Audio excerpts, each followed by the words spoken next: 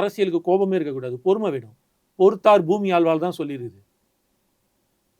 நீ வந்து என் தலைவன் சொல்லிட்டு உன் தலைவனை தான் அசிங்கம் பண்ணிட்டேன் இன்னைக்கு. இப்போ நீங்கள் கேட்குற கேள்விக்கு எப்படி இருக்கு? இப்போ எல்லாருமே இப்படி தானே பார்ப்பாங்க. எல்லா மீடியாட்ட போய் நீ சொல்கிற அப்படின்னா உனக்குள்ள ஒரு எதிர்பார்ப்போட தான் வந்திருக்கிற.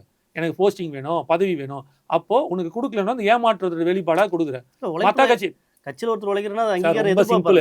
ரொம்ப சிம்பிள். ஒரு கட்சியில் சீட்டு கொடுக்கணும், அடுத்த கட்சிக்கு போகிறான். நீங்கள் பொறுப்பு இல்லாமல் நீங்களும் ஒரு பொறுப்பு இல்லாமல் வேலை செய்வீங்களா? நான் பொறுப்பில் இல்லையே. பொறுப்பே இல்லை சார். அது வர வரைக்கும் வெயிட் பண்ணி ஆகணும் சார். அது ஒன்றும் பண்ண முடியாது. அரசியல் அப்படிதான்.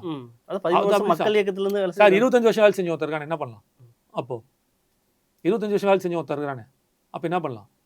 இங்கே அரசியலில் நல்லவன் மட்டும் முக்கியம் இல்லை, வல்லவனும் முக்கியம். அந்த 13 வருஷம் சொல்லிக்கிறீங்களா, உங்களோட தகுதியான ஒருத்தர் தான் நீங்கள் விட்டு கொடுத்து தானே ஆகணும்.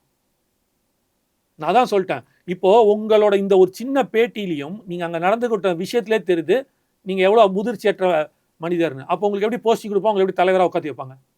நீங்கள் எப்படி அரவணைச்சு கட்சியை வளர்ப்பீங்க?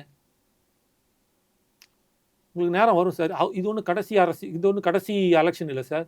இதோட ஒரு போப்பர் இதுதான் சார் முதல் எலெக்ஷனு. இப்போ ஆரம்பிச்சே 1 வருஷம் தான் ஆகுது. 13 வருஷம் பொறுமையாக இருந்தீங்கல்ல இயக்கத்தில் இருக்கும்போது. ஏன் வந்து ஒரு 13 மாதம் உங்களால் பொறுமையாக இருக்க முடியாதா? வெயிட் பண்ணுங்க சார், வரும்.